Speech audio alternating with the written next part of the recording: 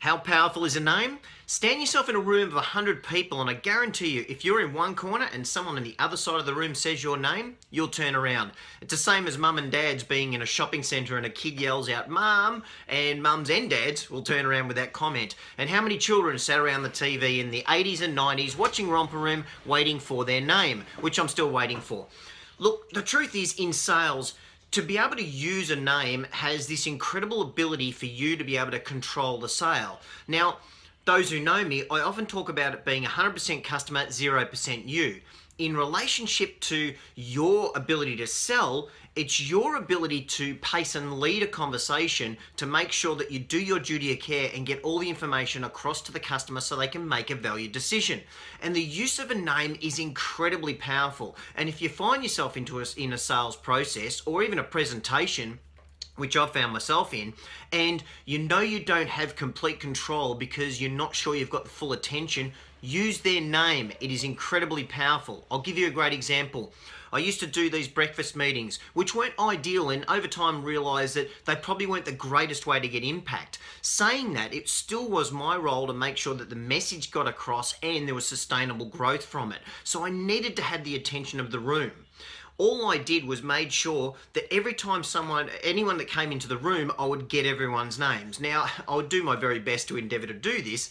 However, saying that, I did make sure that I got the right people in the room who were the influencers, the managers and leaders, and I had their names.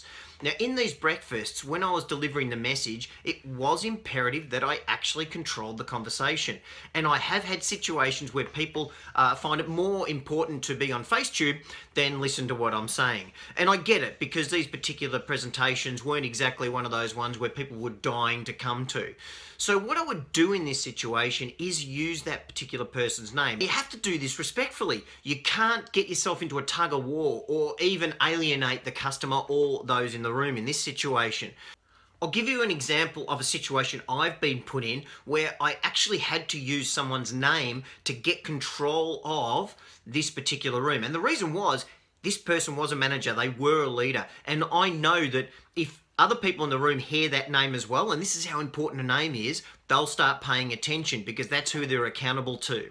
So what I did was I mentioned Brian's name a few times just in a simple conversation and aligned it to the products and services. For example, I said, okay, at the moment you can all see that Brian's on his phone. Now Brian's obviously trying to access information that's going to give him the opportunity to make a value decision on what Brian wants to do next in relationship to Brian's needs. As you can guess, Brian didn't have an opportunity to keep staying on his phone because it's distracting. And what I did was I controlled the conversation by using his name, being very strong and being very directional. And all I did was gave myself the best opportunity to deliver the message so then he could make a value decision to do what he wanted to do with the information that I provided. Get out there, pace and lead those conversations, create the greatest opportunity for your customers to fully appreciate what you're talking to them about, and I'll just keep traveloguing. Traveloguing.